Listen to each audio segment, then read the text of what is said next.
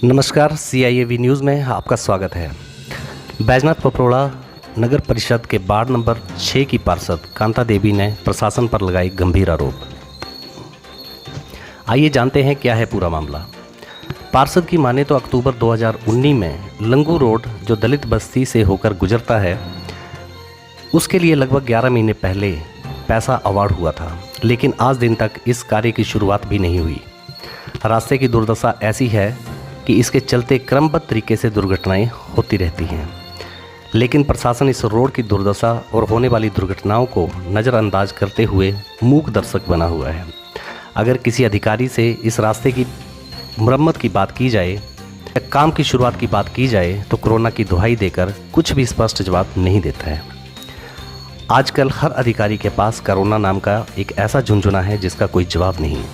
पार्षद कांता देवी ने 2 महीने पहले SDO साहब से इस विषय में बात की तथा उन्होंने इस रास्ते का दौरा भी किया, लेकिन उसके बाद जेई साहब को एक नोटिस निकालने के लिए कहा, लेकिन जेई साहब ने आज दिन तक कोई भी नोटिस नहीं निकाला और कोई भी संज्ञान इसके ऊपर नहीं लिया। जब ठेकेदार से पार्षद ने बात करी तो उसने क्रशर न मिलने का बहाना बनाकर टाल मटोल करी। आइए सुनते हैं पार्षद की जुबानी इस रास्ते की कहानी।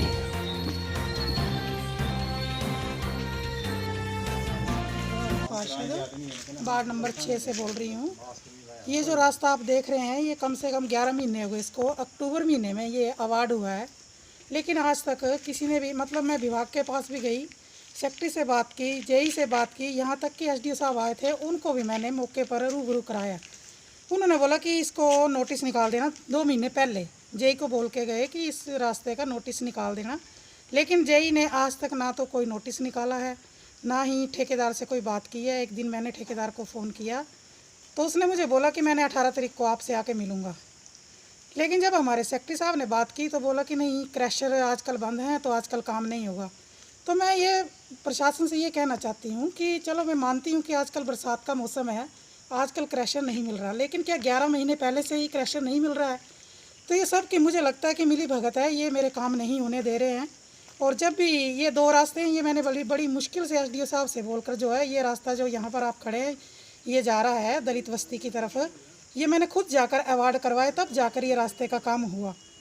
और इस रास्ते का काम नहीं हो रहा है। मेरी समझ में नहीं आ रहा है कि ये कहाँ से क्या हो रहा है, कुछ समझ में नहीं आता है।